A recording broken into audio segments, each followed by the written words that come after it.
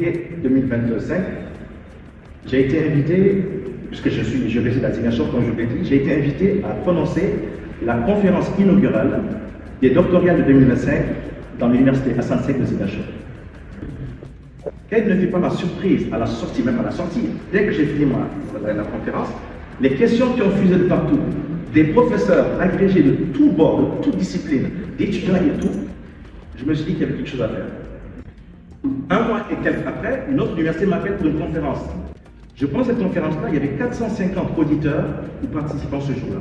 Je me suis dit, mais tiens, apparemment ça commence à intéresser vraiment les gens parce que les professeurs se sont rendus compte que leurs étudiants se servaient de l'IA. Donc beaucoup se demandaient, mais comment faire pour vraiment s'assurer que l'étudiant ou les étudiants, on corrige vraiment leur vrai travail et non le travail qui a été produit par l'IA.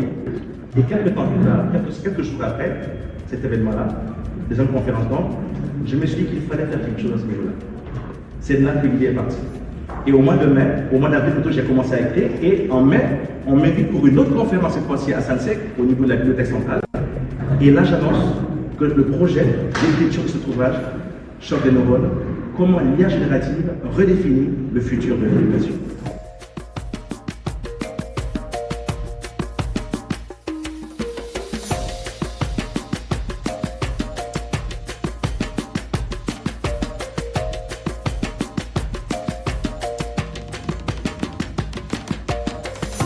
Tout le monde doit comprendre, doit être formé, sensibilisé, formé.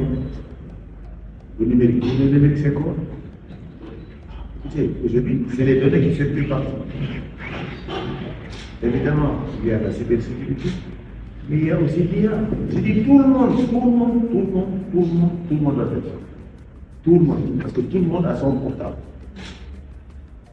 L'IA fait partie des outils de travail.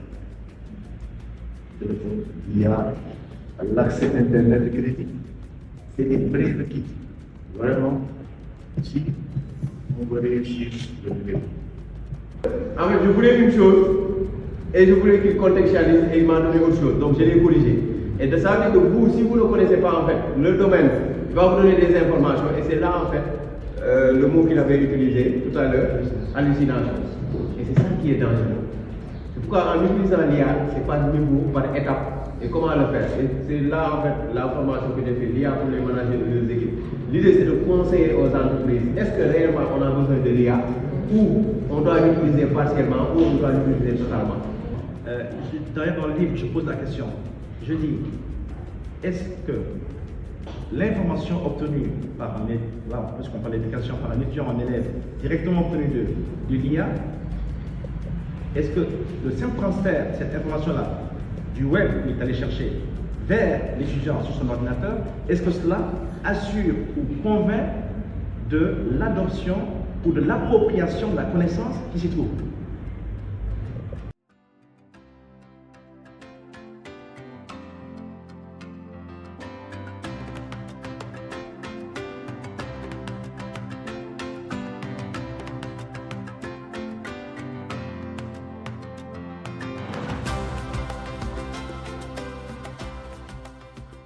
Let's